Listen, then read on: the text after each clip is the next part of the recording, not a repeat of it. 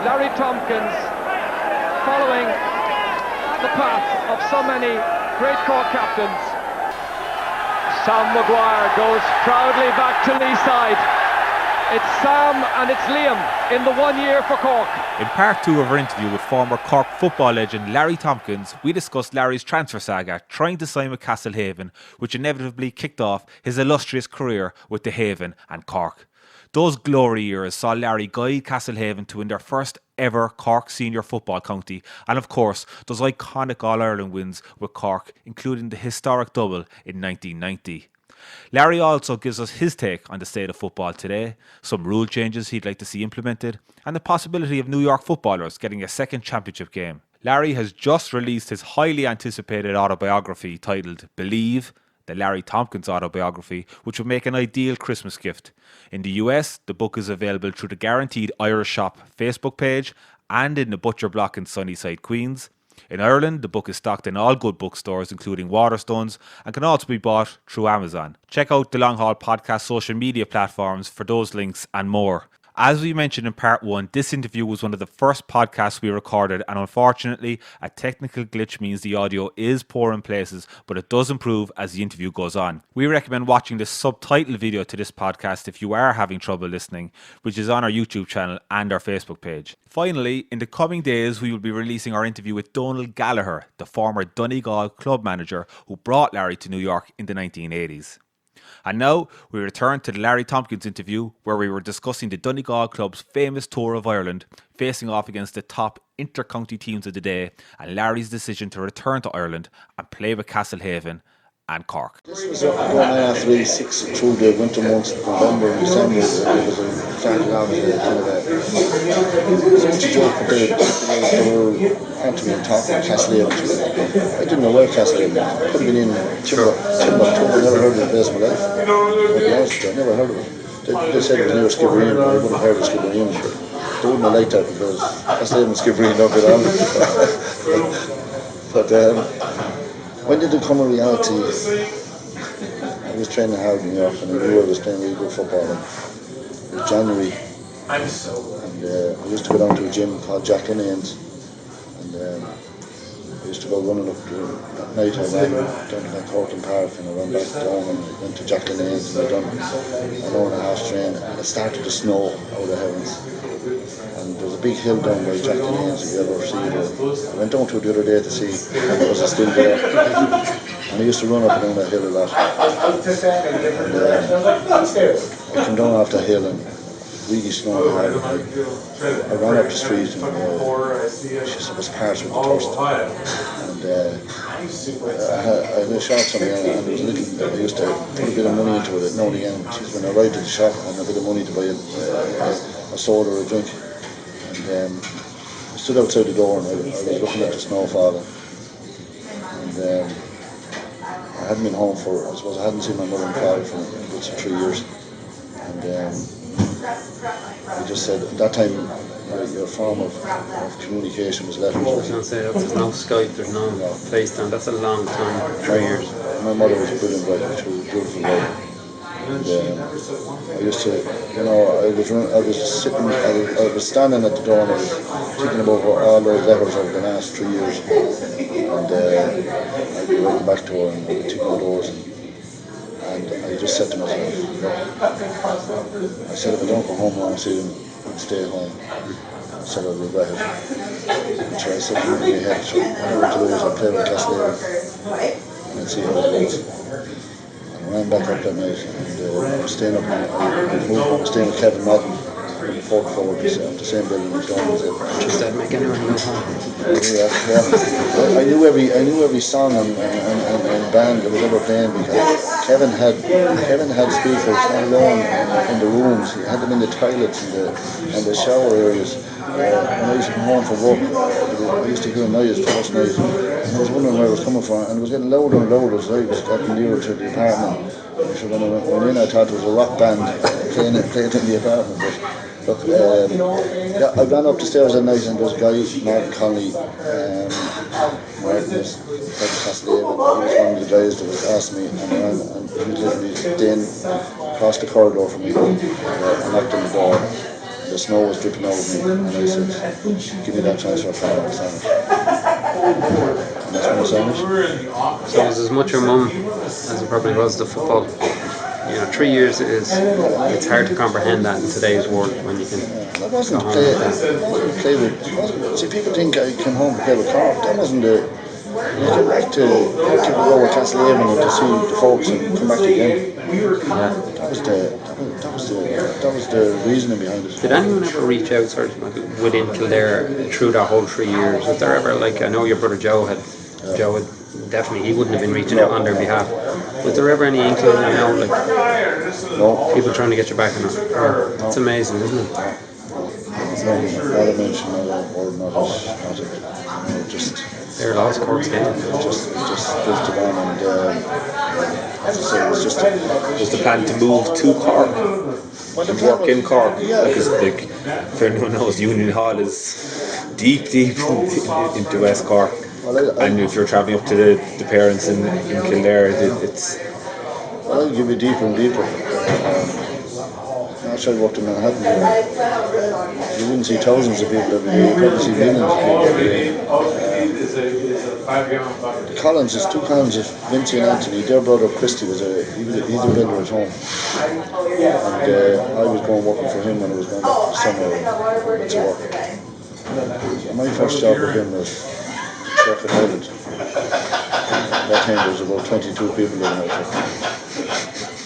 So it was a fair. There's more people in Madden's building. Yeah, that's right. So it was a fair. I've come down from where I was at and where I was going. Was it hard? Massively hard. I stayed in Union Hall, little village, little village. There's no more fans. I used to walk down every day, in the evening time, the morning time even, and I'd go into the telephone box and I'd ring my mother every day, every evening, and I'd say, get me out of here. You were nearly further away now. You're 25 at this stage, so. And I mean, lads, it's not every evening I made that phone call. Wow. From that telephone box. And it was purely on the basis because I had toured with the lads here. We had played, we covered the tour, we had a massive tour. We played Cork, we beat them well. And these were county teams that were preparing the championship. This is May, in June 1987. We played Cork down in Clonakilty, we beat them off the field. We went to we played Mayo, we beat them with 4 points down the road in Castlebar. We went to Laois, they were National League champions the year before. We hammered them off the field in Port Laois. And we went to Donegal, and I said to the lads in Donegal, we were kind of spun out because I felt they were the weakest team, but we only drew with them. I said we'll give them a chance. But that was a valuable favour. I think that was a brilliant tour because it made us realise that what we were saying about that team was true. You know what I mean? We were a serious team and we had serious players and we had serious commitment. We guys that couldn't make that team would probably walk on to a lot of county teams. But we gelled so well together and it was just one of those trips that you'll never ever forget. And believe it or not, I had signed that transfer form in January and Frank Murphy had asked Francis Collins during the year in April to ring me and say that they had to sign me through an inter-county transfer because it would be faster. You see, Frank, now, months and afterwards when I did get transferred, Frank was no fool because he was looking at the longer picture, the bigger picture. And Frank was a selector with if Billy Morgan had taken over the team, Frank was the selector. So like, he knew my CV from playing with Kildare, and he was one of the guys that kind of would tell you everything about my career. But a lot of people didn't realise that. But he kind of put in that thing, we get this guy an inter-county transfer. We try and twist his arm and try and get him to return. And he looked for an inter-county transfer, and the transfer wouldn't go through because the two boys over there wouldn't sign the form. And every time the form and the Central Council and everybody had it passed, Seamus Aldridge was missing. And this went on for a long time. And going into June, middle of June, imagine I was home from beginning of May, and I couldn't play with Castlehaven. They were playing league games and I was watching the game. They were playing, it was a championship match, I watched the first round of the championship and I couldn't play. And Leedstown had no problem signing off. no problem, no problem. You had to get a signature. They look for letters from the priest down below in Castlehaven. They look for letters from my employer, which was Christy Collins. They look for where I was staying. Everything. It was easier to get in and out of America than it was to get played for. They put every accent in it. They went missing every time that this thing was supposed to go through. So even though in the 3 years they never reached out to you, so it's just pure, lovely word we use, the begrudgery and just the block of it, whatever. Yeah.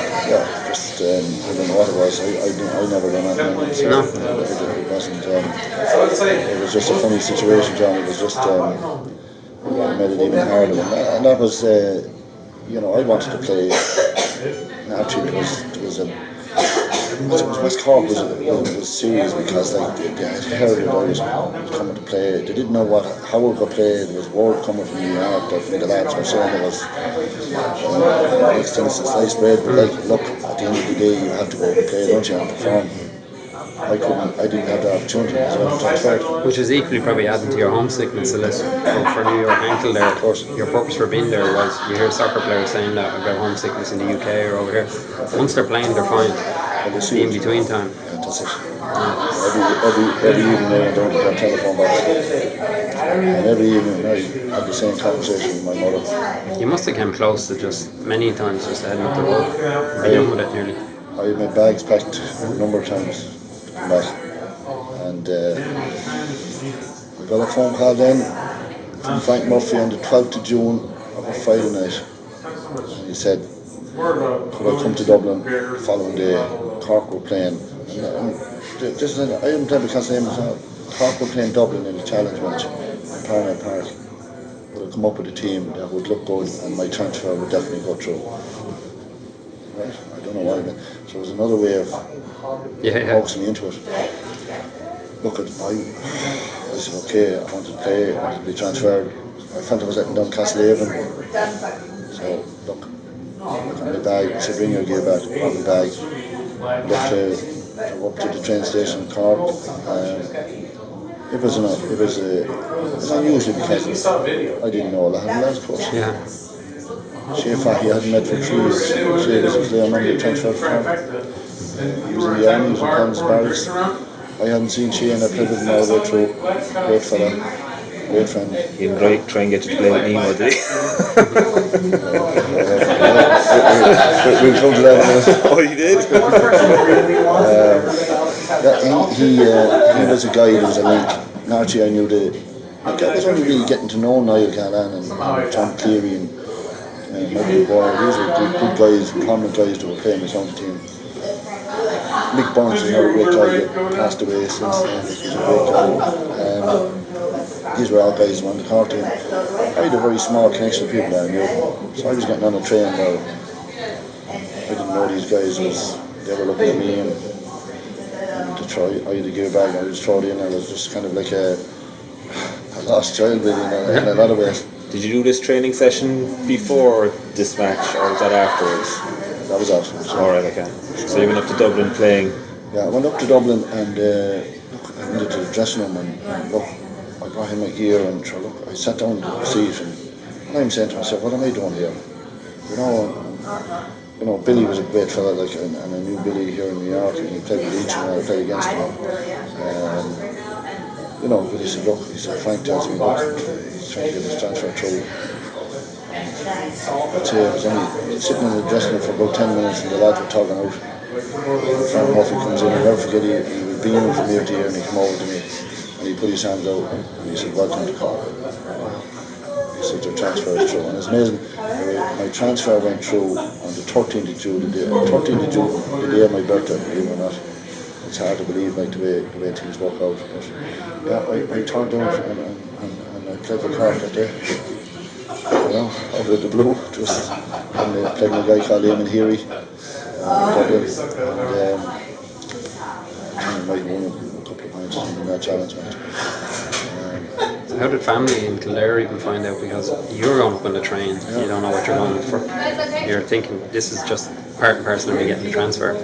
They heard it on the And radio. then seeing they heard on the radio you're playing for Cork. They heard it on the radio. So she had it was kind of Shea's first game as well, I'd say. But she had been transferred way before that, like, you know. It was the first kind of, you know, it was on the radio, so took the fellas and played the Cork today, you know.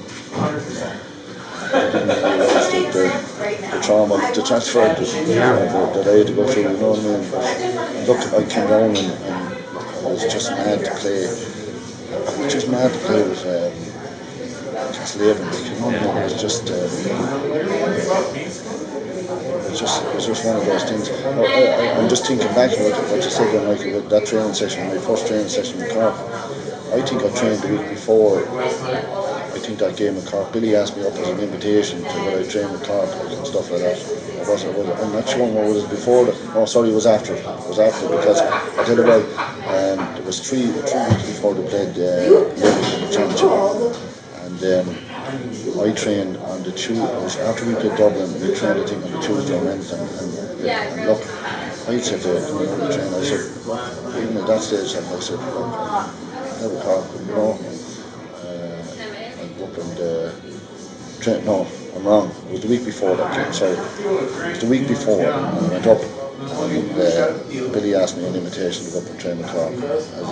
Come up and train.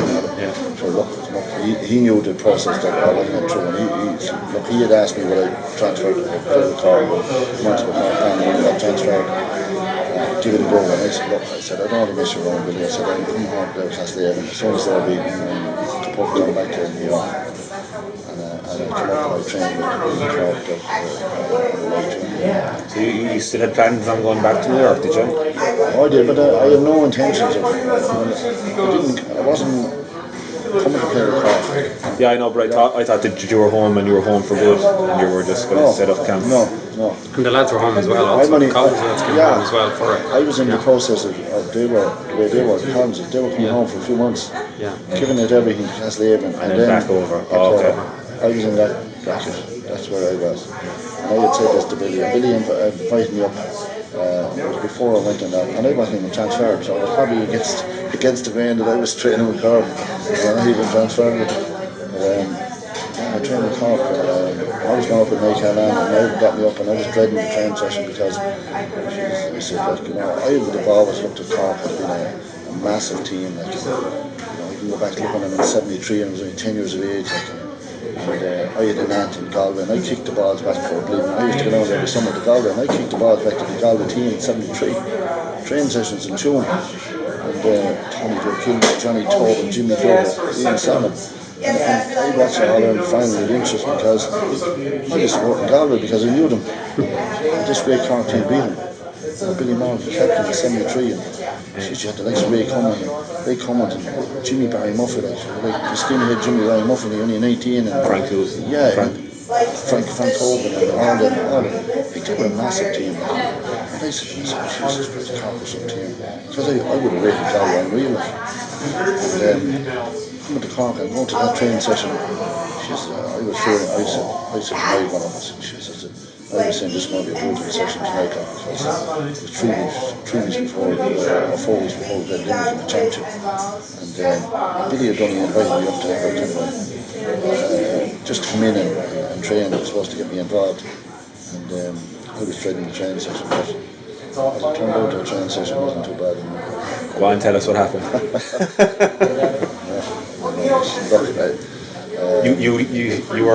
You laughed him basically, Billy.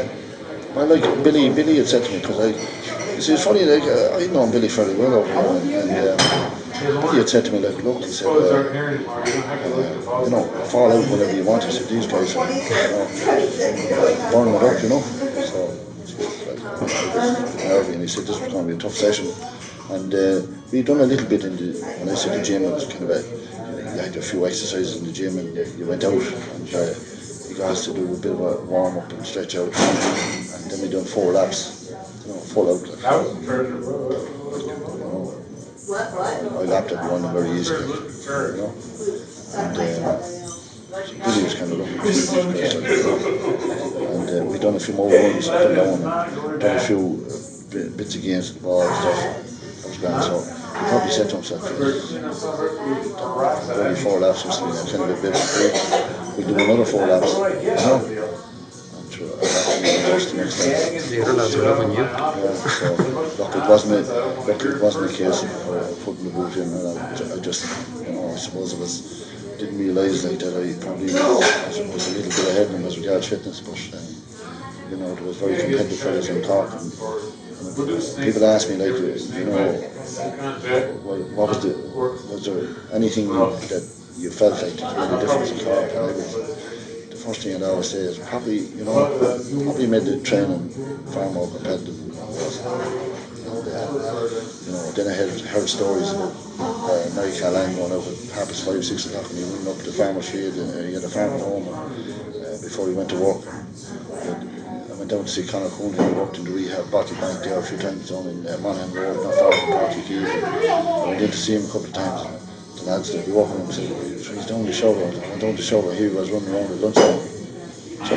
So you had the mindset. You had a big impact, like. So they said this guy is, we need to up the standards. Yeah, and you know what, like, I suppose people see themselves and they look and then they realise, Jesus, like, I thought that was better than this. Yeah. Was it training just so good out here, Larry? I just felt like that this out here was a massive lift to me. I suppose the heat as well would make you even fitter, wouldn't it? Well, because it's like, and it's tough going. She's anyone was over here. The chance is you're over tough, like. Jesus, like, there was no shortcuts, you know what I mean? There was no. The games out here. The games out here were massively competitive. And the training was massively competitive. And should have had to be, we're playing against good players. Every evening, every night, we were talking about the sessions and one person to the next person wanted to get better, and the world getting better. Was it a bit of a wake-up call for Billy as well? Did he kind of, these guys are... I suppose it was a nice wake-up call in a way, because I think that everything then kind of moved on a bit. Yeah. And probably what gave me, I was looking forward to playing with Castlehaven in the first game, and after coming and playing my first game at Cork, and then the following, I think we went on for a few weeks, and we played Limerick in the championship, and I was played against Limerick in the first round of the championship, and I played rubbish that night. And the whole of, I haven't had the Castlehaven at this stage, and quite a people from my club, Castlehaven, came up to see me play, and I hope it was Cork, because they'd heard, this guy was going to be the guy that was going to turn their season around and win a county. But from my first game against Limerick, I was terrible. Billy didn't take me off, I don't know, but the last one, Fianna Shea was very good the same night. It was our first games championship level. I was coming out to feel this guy, and it's amazing, you visualise people in your head and they motivate you. There was a guy called Paddy Welch from Glen Rovers, and I was coming out to field, and I wasn't a massive crowd at the match, and all of the girls just loud, everyone will say all over the stadium, go back to Kildare, you're useless. So it brought me back down there. Yeah, but it gave you said before that it kind of spurred you on that bit more. Look, it was a great story, because he became a great friend of mine afterwards, and when I seen him a few years later. But it's amazing, like, the way you kind of things of that spur you on, like.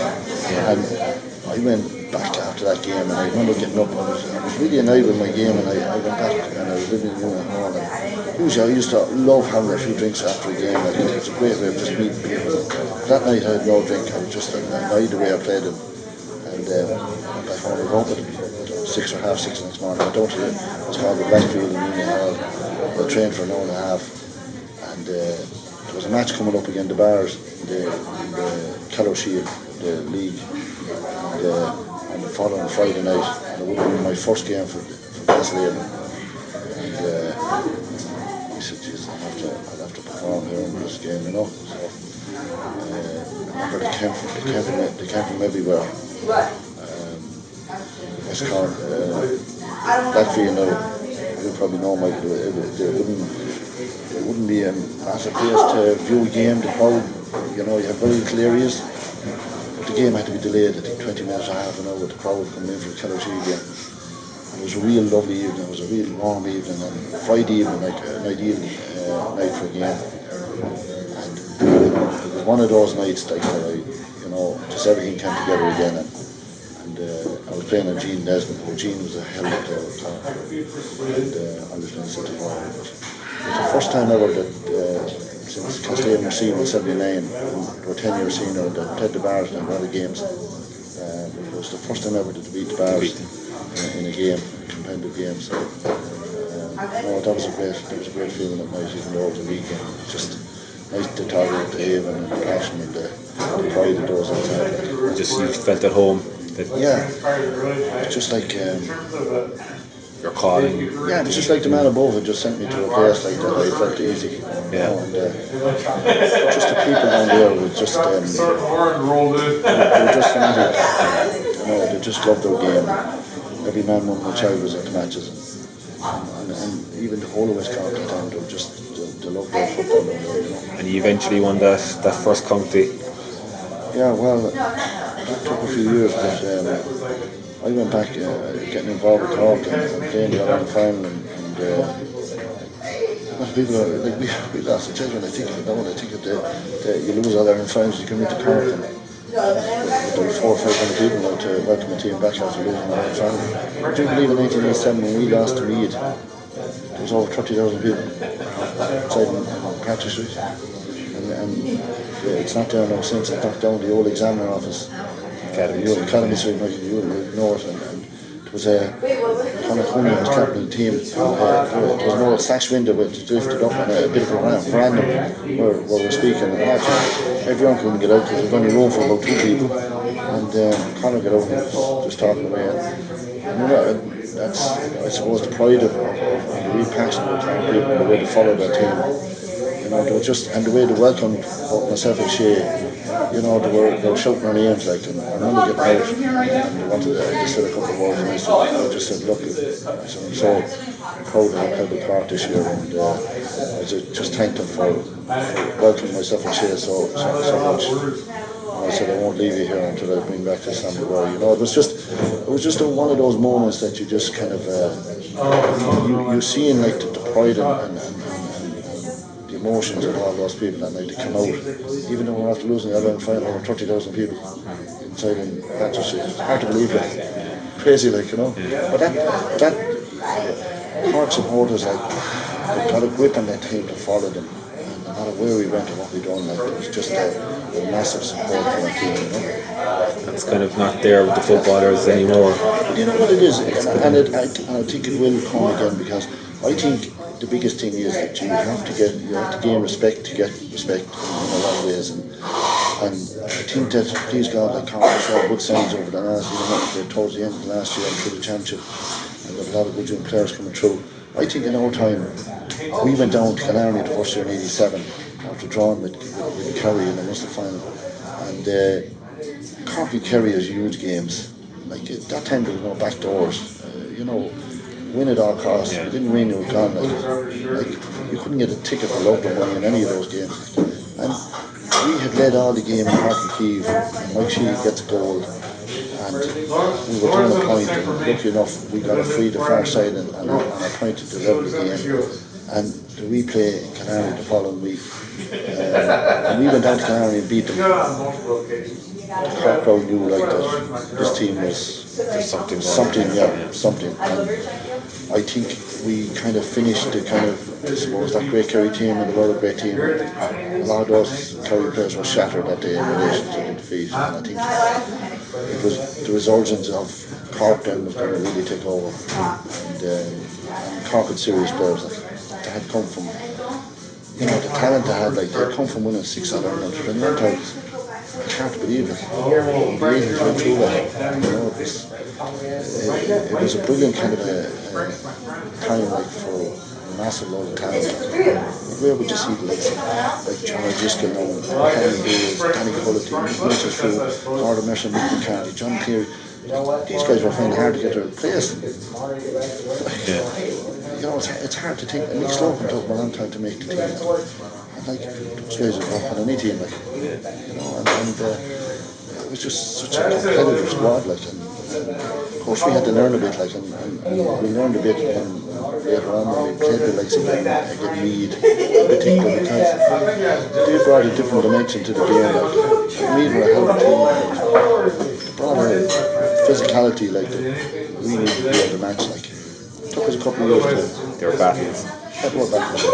You would have been aware of them more so obviously than the rest of us, but from Kildare and I grew up in them, like, and I would have been playing against them a lot, like, in Kildare. You know, I would have known Mick Lyons and Jerry McEntee and Liam Hayes and, you know, Brian Stafford, Bernard Flynn. Like, these guys, Colin O'Rourke, won way with cup medals with all these fellas. I knew, and I said it to Billy, like, the type of training we were doing, I felt like it wasn't going to be good enough. These fellas. You had headed up a lot of training here in New York, so you raised the game, raised the bar even here as regards training. There's a lot of things you hear with a lot of lads here is every year, so they come along and they're playing against someone in Connacht, and Michael even knows the demands from work to training in New York. You were here during the 80s. There was worked long hours then too. There was no such thing here as like your 9 to 5. Oh, but many nights training we was doing in the 80s even here. It's like any team. There's going to be other teams in life. It's an amateur game. It's people don't get paid like for it. It's not. You have to be committed. Yeah. You have to be driven. You have to come together as a team. You have to be driven like. The best crack of all can we have, like when you're playing and you're playing a team. You can have the crack. You can have the enjoyment. You can have those moments as well. But like, how can you get the best of yourself? You must be committed, like. And of course, everyone here that comes to New York in the 80s worked hard. But everybody went to training. Yeah. I don't remember very few fellas that we'd have to be dragging around or dragging to training. Yeah. I hope like that thank me now, but I hope they enjoyed the training and it was good. But I think people want to make better themselves, and I think it's going back probably to the point we're making, like that. Should they could have went home to a apartment there and looking at the whole world. They felt a bit of loneliness. But it goes back a bit to the identity as well, doesn't it? Like again, the generation are different. Lads are coming over now in green cards, they're coming floating straight in. But when you were going back and forth with the team, back then there must have been some hairy times through immigration for certain lads. I used to hear lads saying, sure, I flew home in their brother's passport. I came back in that fella's passport. Like, I'd love to know how many of them passports and visas actually matched up on them flights when you were going home for them challenge games. We can't say too much of them. No, but I think when you're away from home, I think to be part of a team, like looking at the team I was part of. Please God, there's lots of other teams here that were very strong as well, like Connemara, Gale, Sligo, Cavan, they were like Tyrone, they were all healthy and strong teams. As I said, you went down to Valcourt Park, we didn't get down there early enough, you didn't get a pitch. You know, and there's massive atmosphere, like, down in Valcourt Park. It was brilliant. And there's massive turnouts because people came from work and went to training and they enjoyed it. They enjoyed them friendships, and they enjoyed the chatting and talking and training hard, getting ready for the next game. And we I've no hesitation in saying it, like, we train as hard as anything. So that stood to you then when you come up against that lead team and stuff like that. You had a good insight for them, and trying to get that across to the rest of the Cork team, no disrespect to them, was probably difficult, wasn't it? Because not knowing what you were going to come up against. Like, developed good leaders, like, they did, as I said, like Sameka and Conor, these guys, like, they got to a level of fitness then that probably they felt they had arrived, and then realised maybe if there's anything that I gave them was to push themselves a bit harder, like, and the training became more competitive then. We introduced a few things then that probably made a difference over a couple of years. Like, we probably sat in a week before the game and probably didn't do a lot. Like, you know, I probably felt like that wasn't the way to go. And I'm not sure. Okay, people would disagree with me or whatever, but we went out there on a Thursday night game before a big match. We played 10 minutes aside of backs and forwards. So like we come in off the field, there was a bit of a bite rather than sitting in our room listening to the beat. Previously, you wouldn't have trained on a Thursday, no? No, and he would have done an awful lot of Tuesday either, so. His bite there on a Thursday night before any, no matter what level. Yeah, and you know what, if you just do a little amount and I suppose people get, you know, that bit of tension out of them and they went into the, you know, we went into 1980 Munster final and Kenneth Coleman broke Farmer Guy's shoulder on Thursday night and we were down a lot of players. Like 89 we won the All-Ireland final against Mayo. Hard to believe, like 6 of the team, Denny Allen captained the team in 89. Denny retired. 5 other of the team didn't play in the Munster final the following year. 6 of the team. You know, I asked the question, like, there's not too many teams that have gone. Even the great Kerry team could have done without 6 of their top players. Like Canan didn't play, Teddy McCarthy didn't play, Tony Davis didn't play, Barry Coffey didn't play. You know, like we had serious players who were missing. But what people didn't realise, we had serious players coming from up the line. I mentioned earlier, like Danny Coulter came in, Mick Slocum came in, Mick McCarthy came in, like, and we played Kerry in Ulster final, and we bet the hell out of them. We bet them 18 points.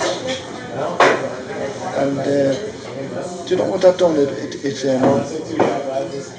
It just made everybody realise, you know, this pound was a pound, and there was nobody on the field deserved to be kind of, you know, taken like they were probably given right to be there. Like, and like, there's another fella now we were talking to him around last night. Conor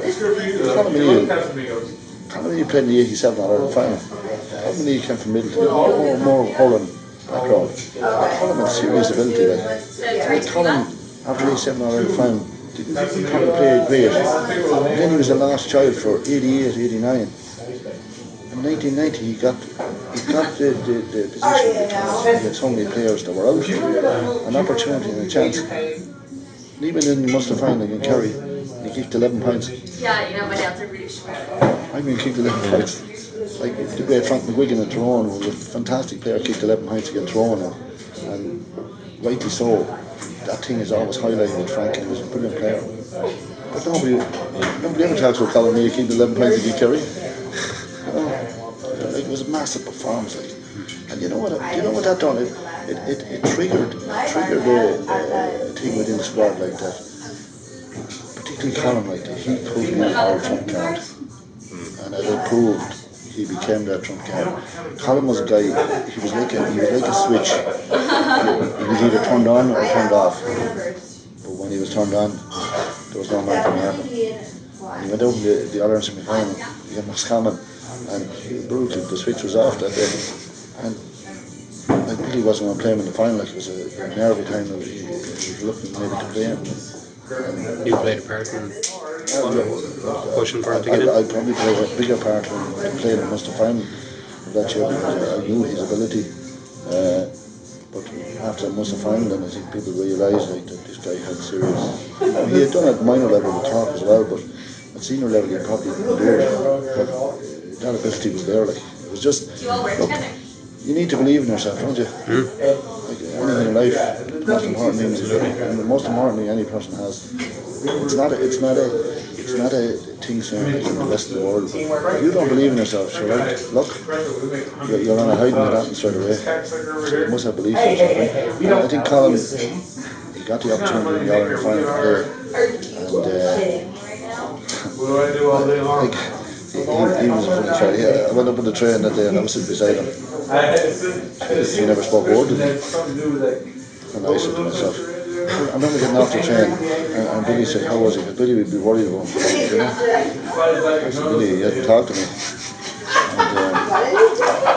And we had the meal in Burlington. And he didn't even know, that time he didn't even know. He came on his own time and he had a bit of grub. And back up to Rome. But he was psyching himself up. He had himself psyched up to the last time. And if you look back at that time, when Mickey would play for him, I'd say to Mick, the biggest roasting I've got. 26 minutes to the final in 1990. Colin O'Neill roasted me until he got sent off. You know, and you know that's a guy that you must believe in yourself. You know, and I always say, like, I suppose when you come to New York and you come as a greenhorn and you get into a setup and you measure up to the games we were here in the 80s and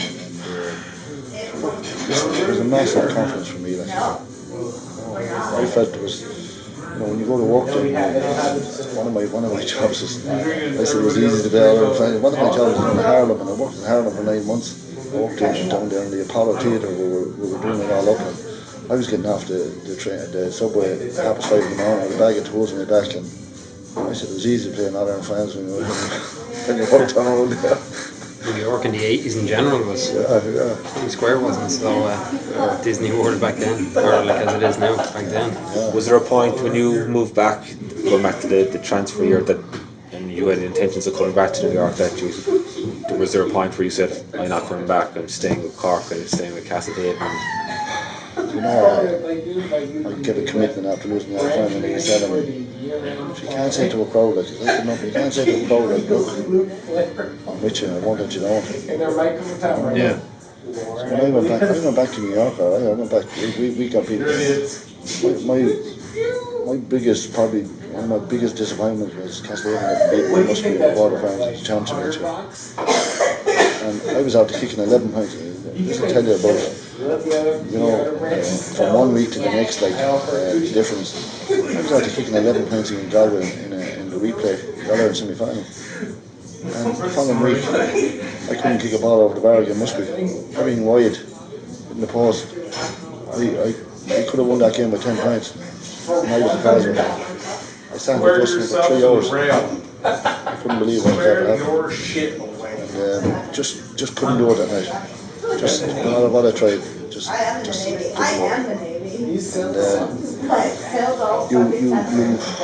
come down from Melbourne. We lost the Ireland final to Meath, and spent a lot of time in Haiti. that crowd that turned out that night. I said I couldn't let it know, and I went back to New York, all right, a week later, and I was back in New York here for the remainder of the championship here in 87, and then 88 came, and we made a commitment to go back home again. All the lads here again, 2 Collinses, Martin O'Mahony and Martin Carney. We all packed our bags and came back over again in April again. So, and we were playing in Europe Cup then. Lima Rangers, all our club champions, and we were drawn again about first round on Clonakilty. And so Lima were a hell of a team. And it was a real wet day, and we got beaten by a point. I packed our bags, went back, and I stayed. There was no way I was going to let down Cork. Just double Cork and ended up, brilliant year. We had a brilliant year. We were playing really good football, and I felt the game was going really well. We went to the final, and we won those finals where we were so much better than them. And no hesitation in saying it, like we probably got robbed in the end of it all, you know what I mean? We went to replay and Meath beat us by a point in the replay. And the following week I was playing again back to New York. And then 89 finally. 89 it's amazing how things go in life. Like 89, the lads couldn't commit to come back. And I said I was coming back. Billy rang me. I was going to come back in early May, at the end of April.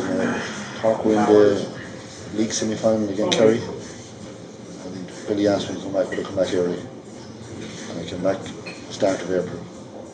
And Castlehaven had maybe captain the team, and because I committed to them, I said I was going to be home.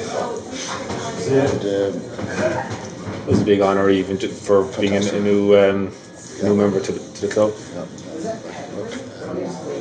couldn't say enough about the Haven. They're just one of those clubs that are special all over the world. Just doing incredible fun. And just came back and we won. I started as sub. Believe it or not, as I said, it was the first time I was a sub. In Kerry, actually, I didn't expect to be on because I was only out to come back. I come on after 20 minutes, and we beat Kerry handy in the semi-final, and we played Dublin in the final. One of our great games. The team played real well that day. And New York, and I believe that was we had to come to New York to play them in a two-legged affair as regards the National League winners. So, and I came back over them, and I was playing against guys that I had played here with. I played against Parry Donald and Markham. Parry was a great friend of mine. I played with him, so the friendships were left to one side that day, and we battled away. But over the 2 legs, we won competitive games. We won the National League. Came back with the lads, and we won the Munster Championship, and we played Dublin. In the All-Ireland semi-final. And it was funny because the following year before that we had gone on tour. Myself, Laura Mercer, John Kearns, and Nike Allen. We were all stars, and we went to Boston for a trip. And Mickey Kearns was a great Sligo player, was a referee, inter-county referee. Of course, he got very friendly with us, and we were out with him a lot. I wouldn't want to be saying too much to the Dublin fellas, but he gave us a few good decisions. He refereed the All-Ireland semi-final, but he gave us 2 penalties. He gave us 2 penalties in the first half, and we were delighted with him. And we won the semi-final. We went on to the final again, and we were nervous going into that final because we had lost the previous ones, and our experience carried us over the line, and Denny Allen captained the team. We won the All-Ireland final. Castlehaven were going well in the county championship. We played Duhallow in the semi-final. Duhallow were ahead of the team, and we beat them after a replay, and played St. Finbarrs in the final against us. We had won the All-Ireland final this year. The county final was probably coming up 3 weeks later or 4 weeks later, and it was one of the days that I just had waited for so long. Here was it that I had come back for. Here was it that I was captain, and here was it like that. Against a good Bears team. Yeah, I felt sorry for the lads, like they didn't come over. It's hard to believe, like that. You feel like the lads here were, Martin O'Mahony had stayed over, and he was the only guy that had stayed over. The other 3, Martin Conley was a hell of a player, and the 2 Collins were 2 great players. And you'd feel like actually you weren't as strong as what you were the 2 previous years, and we couldn't win it. But here we go. Sometimes like it can be against the grain, and we got to the final. And nobody gives a chance in the final. The Bears were hot favourites. And I remember the night before, I had a pub in Westhouse across the train station, and I was invited down to an agricultural show on the showgrounds just across the Keep the night before, and I was invited down just as a kind of a guest going out to the stalls. And I said I committed to it, and I walked down from my club, down 4.5 hours walk down to the showground, and I came out of the showground. It was lashing rain, and she was about no cold or nothing. And I said, you know what? I walked through Harlem and I walked over to New York. I said, I'll walk back guys. And I walked, and I went outside the Parky Keep, the stadium, and look, people saying I'm mad, and the rest of it. I always believe in you must have faith, and I knelt down, nobody don't see me, I knelt down in the stadium, and I just said, Lord, give me the strength to have a great game in my life tomorrow. This is what it's about. And went back to the pub, had a cold shower, whatever it was, went to bed early, and got up the next day, and I remember Niall saying to me, we were over in Blackrock before the game where we met, and it was a wet day now. Well, it started to rain early on, and it was a little bit concerned whether the game was going to go ahead or not. It was conditions were bad enough, and I remember Niall saying to me, how are you feeling? And I remember saying to him, in I'll beat them on my own today. It just felt so good. Just was looking forward to that ball being thrown in. And I would honestly say that probably from start to finish, probably my best game I've ever played in my life. And but just the feeling, we won the game by 2 points, and just the feeling, and the lads in fairness, the lads that weren't, they didn't come back. Did they come back for the final to what? Were they there for the celebration? They were there for the match, yeah. And look, they were as joyous as if they were playing. But look, it was just one of those moments that you just felt that it was an extreme moment in your life of the way things happened, you know. And then look, for me to captain the team between the first of county, and just to see the emotions of really fantastic people that had put so much into the game of the Haven. And these guys, we talked about earlier, these guys are the unsung heroes that are there day in, day out, that work so hard for the club or the county, whatever it is. Like, to see the how they were, the way the expressions they were, the way they say to you, like, you know, I don't care if I die tomorrow, no, I've seen the best day of my life, you know what I mean? And to win a county, lads, it's just, and I wasn't from the club, and it's just hard for people to understand, but I just felt that I was born and raised there all my life. Like, it was just that kind of feeling with them. But just to win a county with the club is probably the greatest feeling I've ever had in my life. And to win a first, of course, is magic. And, you know, look, it was just an honour to captain to win the first ever county. And of course, you captain Cork in the following year, the famous Dublin. Yeah. Yeah, that was, look, the club made me captain. It was a massive honour because, look, Castlehaven had John Cleary, Mike Allen, Mike Maguire, Mick Burns part of the senior setup. It was a massive honour to captain Cork. And look, we set the tone, I suppose, from the start that year, and you know, we felt like there was a lot more in this team. And during the year, there was a turning point, I think, with both hurlers and footballers that year. It was on about Easter Sunday, and we played Meath in the league final. The hurlers were playing Wexford the following day on the Monday, Easter Monday. We had Dennis Walsh and Henry McCarthy were involved in both teams, both hurling and football. And we played Meath. It was a cruel game. When I say cruel, there was a lot of, I think that game was, I suppose it was a ruthless, tough, hard, physical encounter, and we got hammered in every sense of the way, and we beat it with 3 or 4 points in the end. I think that really turned the corner. If we weren't really motivated for Meath that day, I think every player realised that it was no longer Kerry was the enemy. It was Meath. I remember Billy inside talking about me getting on my knees.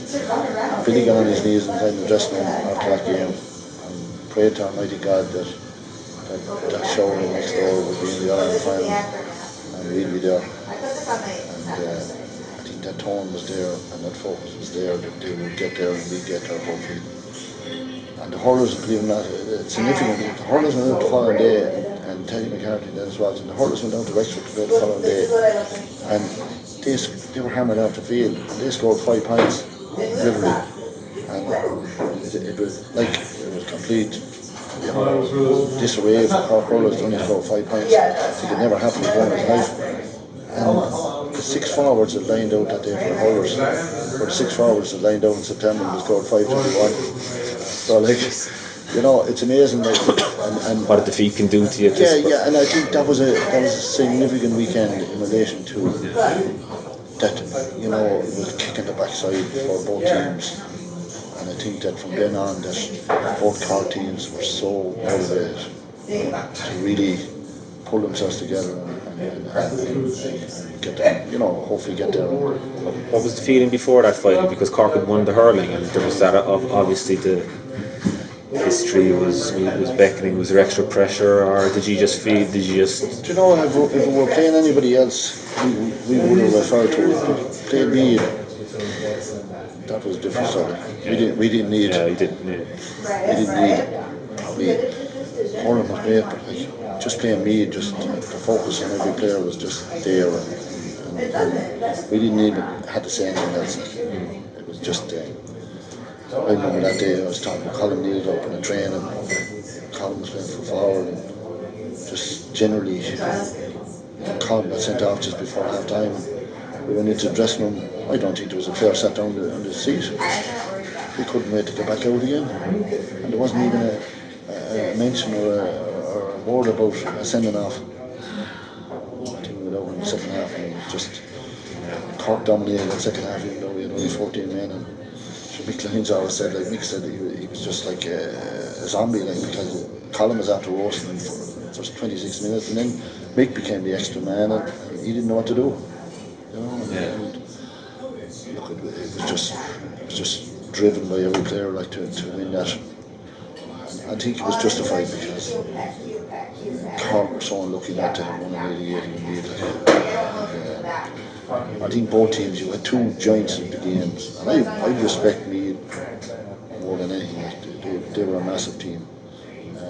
They could play in any way you want. They had serious footballers. They were strong men, or physical, or whatever way you wanted. They were winners. Like, and just two giants just came together for a period of 5 or 6 years there, and it was a case of who was going from out west. Great rivalry. Great rivalry, and that rivalry became, you know what I mean, it became nasty. It became situations where we went on trips where none of the players were talking. You know, I remember Billy sitting there meeting. We're going to a trip over in the Canaries, and that time you wasn't flying to New Zealand or Australia or anything like that. It was a simple trip to the Canaries, and both teams happened to be going at the same time, and we were kind of staying in the same kind of villa or apartments and around there. And I remember Billy saying, you know, I don't talk to these fellas, but I had to say to Billy, and to be honest with him, I said to him, look, these guys I know all my life. I was going to talk to them anyway. I remember Liam Hayes was talking about books. Liam Hayes, we go publishing my book, and Liam said to me, like, the only Cork fella was talking was myself. She was imagine going down elevators and the Meath lads to be there in the elevator and no talk. I can't believe it. Go on the beach and we'd be meeting them up and down and no talk. It was unreal. It was just bad feeling. Yeah. It was just bad feeling. I think at the end of the day, you know what, when you kind of play and you compete against the greatest challenger of all times, and Meath were probably our greatest challengers. I know Kerry will always be a big team to beat, but like, it was Meath and Cork were the two giants. And I think it's only now that you kind of, that All-Ireland medal that you beat Meath in became more than an All-Ireland medal. It became a bit special, and we realised the same thing. Like, they respected Cork and we respected them. But it took us a bit of time. But I think, you know, when you play against the best and you play in tough games, they're the ones that work hard. I must ask you, when you went up the Hogan stand to lift Sam Maguire, the feelings now, the feelings looking back, how do you think about it now? I was lucky to get up the steps. I was badly injured. I got an injury just 15 minutes to go, and I done a crucial ligament. I remember being just taking up the steps, and security guys and look, and the Cork crowd. At that time, supporters came on the field. It was just, you miss it now, don't you? Like, it's just, Yeah, it's brilliant. Yeah, Totally takes away from it. you know, and just the pictures you see of. See red and white, and it was just an incredible scene.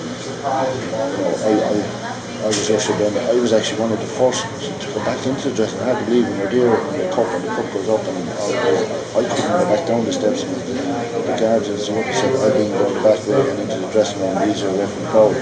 So I didn't go back into the crowd on the field. All the other fellas did. So the cup ended up actually the last when they all lifted it. I was there and I went back down with the guards and the security. And I went into the dressing room, and there was only one player there in front of me, and that was Teddy McCarthy. Teddy, of course, Teddy is always one of these guys that does everything kind of different. So Teddy kind of said there was no point in waiting for your speech because I'd be too long speaking.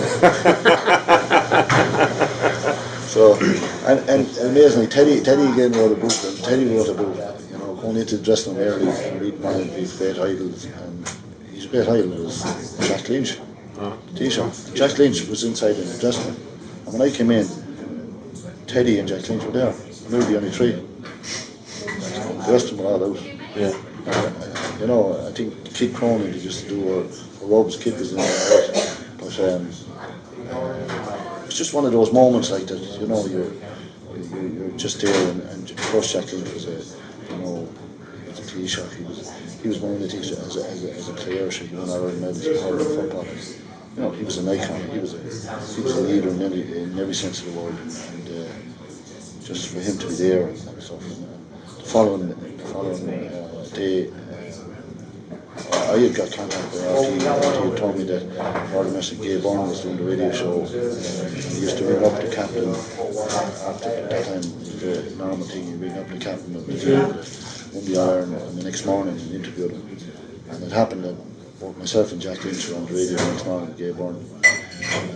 Yeah, it was a nice moment, and Jack was such a sincere man and a lovely man, and a great kind of a person to talk about the game and the games over the years back in his day, and I witnessed them. You know, it was a very unique team because like winning the double, like it's just one of those moments like to just realise that you had one hurling football. I suppose Cork are a county like it's full of passion for sport, all sports, and when you win it once, then I suppose, and rightly so, Cork have an ambition like it can happen the following year again and the next year. But it's like anything in life, lads, and it's like me talking about the 80s here in New York. There comes a time that's something special, and I think people realise now that day was a very special day because it's not easy to do. Absolutely. You know, the last time actually was club teams had done it back 100 years before that. It was Cork club teams had done it, but as regards a county team, it wasn't the first time ever. So, and you know, the achievements of Teddy McCarthy, we'd probably never see a player like June. Yeah, you know, it's probably against the grain now in relation to so many games between the back door and stuff. But I think with everything, and that's probably like, you know, even in the process, I've asked to write a book or do a book when I finish playing. I've been asked to do it when I managed Cork after it, and I kind of reneged on it. But you know what? I'm doing it now, and I'm enjoying it because you look back and you realise these times are extra special, and that was an extra special day. Tell us about the book, Larry. It's coming out. You were saying to me you were looking at June. Yeah, we've. And how long have you been at it? And look. As I said earlier, Liam Hayes is my publisher. Liam knows I suppose he knows an awful lot about me since I was 16 years of age, and he's the right man probably to be my publisher because he knows me. And a brilliant guy like you know Michael Dennis Hurley. yeah, of course. The West Cork man, he's from Kilbrittain. You know, he's a great guy, and please God he can put it together. We've been at it since last September. We've put a lot of work into it. And have you enjoyed it? I have enjoyed it, and I didn't think I would enjoy it. But look, you're getting a bit older. I'm not as young as you guys now. I think when you get a bit older, you appreciate an awful lot of things that, you know, not that I didn't appreciate them. I've always respected everybody that's helped me along the way, and I just think it's I enjoy it. I'm enjoying it now, and I'm just out here this weekend to just. It's been a magic 4 or 5 years when I was here in New York, and Don Gallagher in particular has been a massive friend of mine, and Donegal has been a massive county for me. Someone just said to me, it took me a long time to get to I played with so many counties, it took me a long time to kind of figure out which one to go to. But yeah, I've a very unique thing because, and this is in no way kind of been kind of forward or taken on better than anybody else, because I never thought that way. I've always believed in myself, but I've respected every player that I played against, and more sort of people like that probably didn't get the opportunities that I got to play in big games, like we mentioned a few there earlier. But like you know, the whole concept of the book is to kind of and being out here is to kind of say just to Donegal, just say, look, thanks. You have been A huge part of your career, your life. yeah, and a huge benefit in relation to my football career and ability. The process of meeting so many brilliant people and people that probably in work like you know, I mentioned a few of them the other night at the dinner that's we're at, Norman Donegall, Phil Brennan, massive for the Irish people here in New York, you know, Mike Meehan, Jimmy McGonigal, Mike Cassidy. These are brilliant people, like they've done an awful lot for Irish people coming in here to New York. And like you know, they were meant an awful lot to me. And winning those games and being part of them meant so much to me to look up to those and see them so happy. And I think that's the greatest kick of all. And I think it'd be wrong if I didn't come out here and just this book hopefully will play a big part in relation to So going back over the weekend, was it specifically, did you come over often for the dinner dances, or was it that you just such a bond with Donald that you wanted to? Well, look, I don't come over. I'd love to come over more. Look, you have your responsibilities and different things back in Ireland. Yeah, of course. Business back there, your family. You know, you have your commitments. Life goes on and drifts on. You look and you say, where does 20 years go? But like, it's no fault of anyone. You'd love to be able to do a lot more. It's just the way life goes at times, like, and you just drifted in different directions, and you commit yourself, and you don't let anyone down. Like, no matter what, I was involved with a lot of club teams, you know, another great moment was one in a junior county with a team, Mitchelstown, that hadn't won a county for 62 years. You know, and so you commit yourself and you're loyal to that situation, because that's the way I've always felt that was, and you respect. Now I just say to my young fella, you know, always involved with Bishop, you know, no matter what training session you come away from, always make sure you thank the coaches. Simple thing in life, you know, have that respect, because those things go a long way. Look, I just want to thank everybody in New York. I just couldn't thank them enough, and please God, you know, the book will do them justice in relation to the whole memories of the 80s. And you're going to come out in the fall again to promote it possibly back here to New York. So we'll see you again. And well, we'll leave that up there to Pat McGill and the chief organisers in relation to. Look, I wanted to come out there. There's no better guys than these guys. They're on the ground. Look, you know, I'm delighted to be here in this lovely establishment in John's here in Long Hall. It's been brilliant. You know, just looking around at the memorabilia here and the massive photographs, you know, just looking up at one behind the counter there with the lads there, Jeff Howell and Arden Mercer, probably Shane and the bomber, like, you know, it should be a icon. You look at Shane over there, he came from a small background and Tara and Offaly, like, you know, they're magic, and it's magic to come into this man's pub and to see those, and rightly so, they should be up on the wall, because they deserve that. People come in, as John would tell you, like, and they love it, because, you know, we shouldn't forget the great memories, because they're special. You know, they're special, and look, that's why these guys here in New York and Pat and Pat McGill and Owen and all these fellas, I went to them over and said, look lads, I'd love to have, not about me, I'd just love to have a celebration of the 80s and that team and that squad, because people will come out and support it, because it was a real massive decade of football in Gaelic Park, and people that didn't even play the game, and this is what I want to stress, like, you didn't play football or hurling, people followed the game, and please God they got well, you know, they got the contacts through, and people that come in and are a bit isolated and are a bit lonely and stuff like that, the GA plays a massive part in relation to comforting those people away from home. Because, look, we're all homeboys at the end of the day. We all love to hear those tones, we all love to hear the Irish songs, and we all love to go to the bars now and put on our Cork jersey and jerseys, and you know, doesn't it like it's home from home. You go to, I remember going to Leaving College over years and people going in with their county jerseys to work. that were in the Ireland finals. So it's all about Just to finish, Larry, do you want to touch base on the football today and how it's transformed and your thoughts and I know, look, time moves on and everything involved. Like, look, there was no mobile phones back whatever number of years ago. If you don't move with it, you're left behind. I'm not people kind of get the wrong grip from me in relation when I talk about the modern game now to the game where it was played back a number of years ago. I don't want to be kind of in a situation where I'm kind of jealous thinking like there was devil in my game. And that's one thing I wouldn't push the game into. There's a lot of good things within the game. I wouldn't like good for teams, and I think a few rule changes would make a hell of a lot of difference. First of all, I would introduce the kick out and kick past the 45-yard line.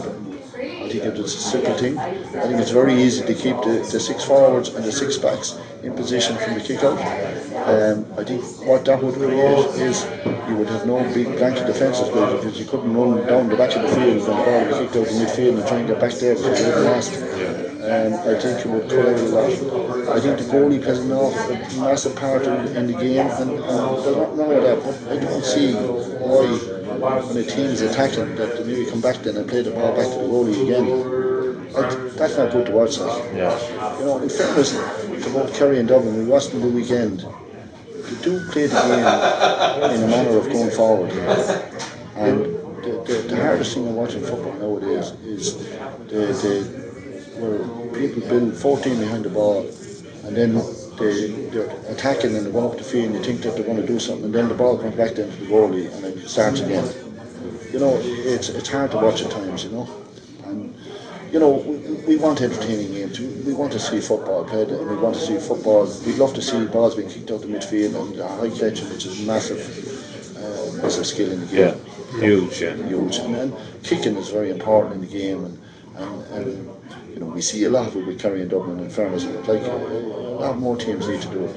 Okay, they're the 2 top teams probably at the moment, but Kerry have always done it, like, haven't they? they have. They can, you know, you have to give them. They can play an attractive type of game. But you'd like to see more football in the game. Like, what I mean by that, more kicking and more catching. I think it would be better for the game generally. What about the new mark? I don't know. I just think that it kind of halts up the games. I don't know. We all want to see a bit of pace in the game and the ball moving, but ball is kicked in. Okay, it's trying to establish maybe. I'd give it a go without probably over criticising it at the moment. I'd give it a go and see how it would go for the National League. I'd be a little bit more concerned with, you know, a sin bin everybody wants it in, but that could be acted on. Like, you know what I mean? You could slow it. You know, if you lose a man, you're intending maybe to slow up the play a bit. To the players back on again. They didn't. Cause I was saying this because in Gaelic Park here, and I did a bit of refereeing here. We've the buzzer, you know. Yeah. So you can signal to the guy, we're stopping the play here, or that card is going now, and every time the game is stopped, that it's going to be a proper 10 minutes. Yeah. No, you could have a fella down for 3 or 4 minutes, and it's eaten into the sin bin time, and he could be back on. It's just the way they roll it out seems to be. Just remember that the GA want to make money in the replay. The replays are very important.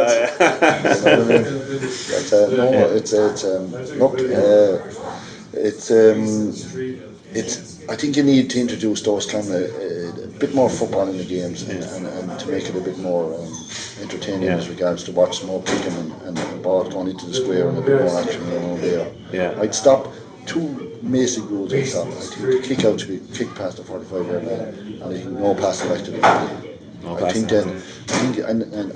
I'd love to see.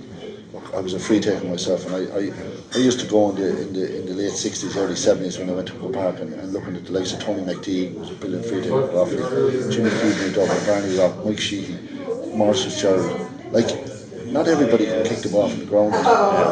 It would be nice to see score the frees to be kicked from the ground. Like. Larry, you had some run up. I couldn't imagine a fella kicking a free today. It was taking 10 steps to kick a free, but you were accurate. But you wouldn't see a lot of fellas today with a kind of a run up like that. Well, I suppose everybody has their own style. But it worked. A bit of style, and look, isn't it brilliant to see Dean Mark kicking frees from the ground generally, you know, like we seen Brian Sheen and Kerry was another brilliant free taker recently, like, and could kick them from way out the field. Like, I just think it just, look, we all got to see, look, take rugby. Johnny Wilkinson was a brilliant player. Most importantly, the people went to see him was kicking. Ron McGowan was a brilliant kicker for Ireland. Like. Sure, they went to see him kicking. You know what I mean? Don Carter Museum, like kickers, they're very important. Not everyone can do it. Now, people say, it's delayed time. That's ridiculous. They're bringing up the goalie now. How long does that delay? Doesn't make sense to me. Well, the referee is supposed to stop it. Oh no, he's not. No, it's intentional. But you could delay. It could take him a minute to get up and. Yeah, but you look at the All-Ireland final. Dublin beat Kerry in the All-Ireland final there a number of years ago. Cluxton came up. How long did it take? No, fair play to him, put the ball over the bar. But look, I don't think that doesn't add up either. You know, like, bring goalkeepers out kicking free kicks. You should be a kicker on the field. Like. If you don't have one, like the thing is, the keeper's going to have, generally speaking, a keeper would have a longer kick. Now the interview is trying to do, why haven't they got free takers? I tell you the reason why. They don't practice them because they don't have to. They're kicking them from the hands. You know what I mean? Free taking is about, you don't just tell a fella to kick the ball off the ground. The best of footballers couldn't. It's the hardest thing to do with the weight of GA football. You need to be doing it at a very young age, and the process that's an natural ability, and it takes time and it takes work, and it just doesn't happen like that. You just say kick that free. You always get a free taker that's been used to kicking frees for a long time. It's used to kicking. So I just think there are 3 rules like that we introduced that would make a huge difference. And what do you think potentially of New York getting the second game through the back door?